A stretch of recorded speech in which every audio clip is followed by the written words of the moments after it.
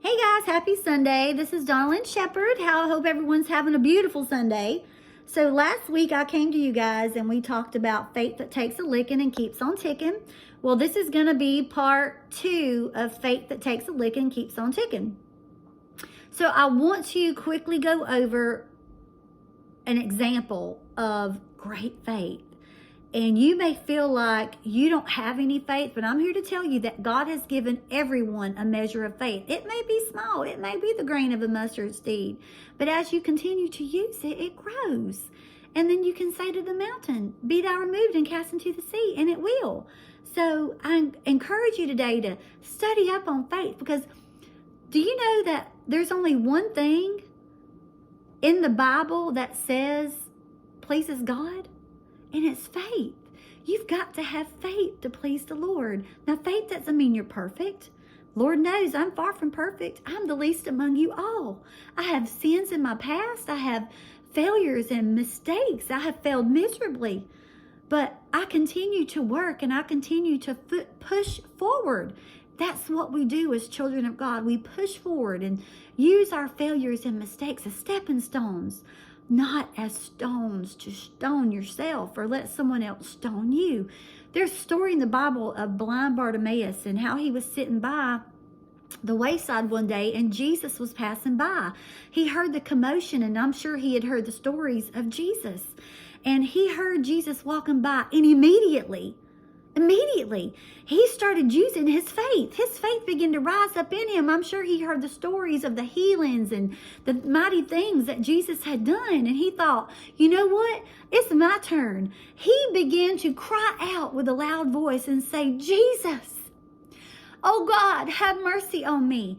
And he ran out to the road, and he was trying. I'm sure there was a throng of people around him like there always was wherever Jesus went.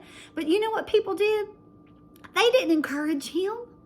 People aren't going to encourage you. You will have people tear you down and try to break you down, but you keep pushing forward like blind Bartimaeus did.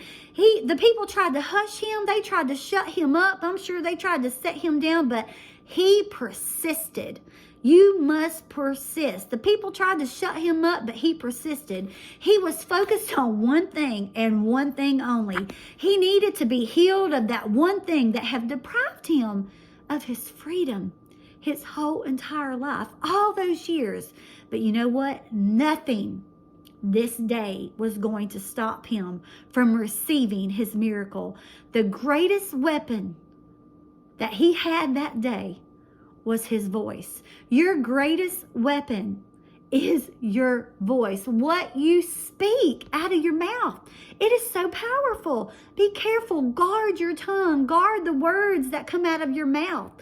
I could say, I'm a piece of crap. I'm nothing. I'm never going to amount to anything. Or I can say, I am a child of the Most High God, and my Father owns the cattle of 1,000 hills, and he is my daddy. He is my good daddy, and he will not withhold anything from me. Faith that takes a licking. Don't you know that people probably pushed and shoved on him, but he persisted? That's our example. That's faith that takes a licking and keeps on ticking. And he got his miracle because he persisted in what he believed, in what he knew.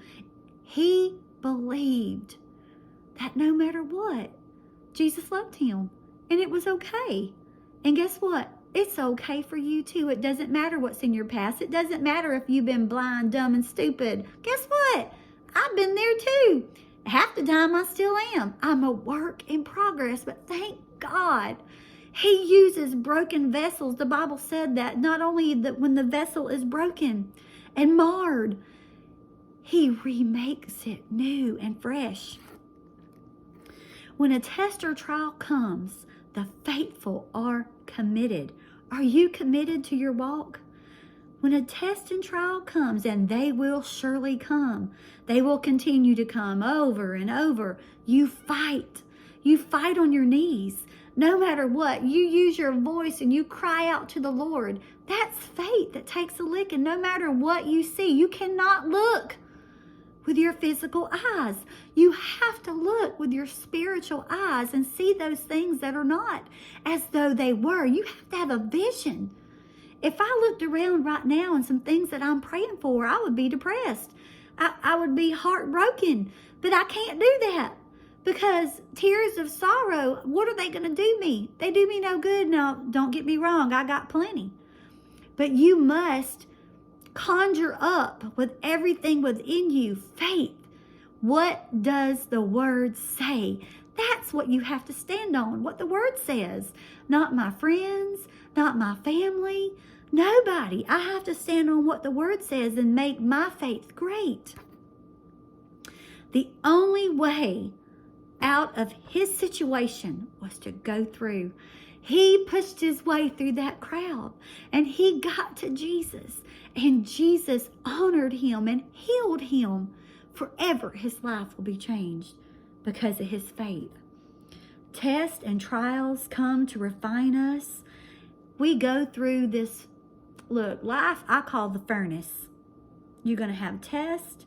You're just going to go through some hard times, but it is up to you.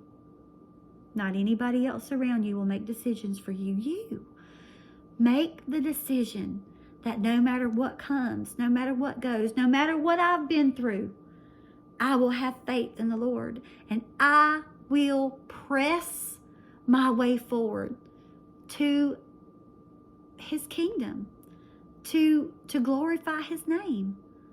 I am, like I said, I feel so unworthy. But because he died on the cross, it's his righteousness. He gave me a little bit of faith. We all have it. What are you going to do with it? Don't let the situation that you see with your physical eye get you down. Read the word. Read the story of blind Bartimaeus. Read. This is not just stories. These are not just fairy tales. These are our history. God said everything that Jesus went through, if he went through it, so can I. If he had great faith, so can I. I failed. You failed. Whoop-de-doo. But we keep pressing forward. Be committed to the cause. Now that is faith in action. Have faith in action and watch God work for you. Bye, y'all.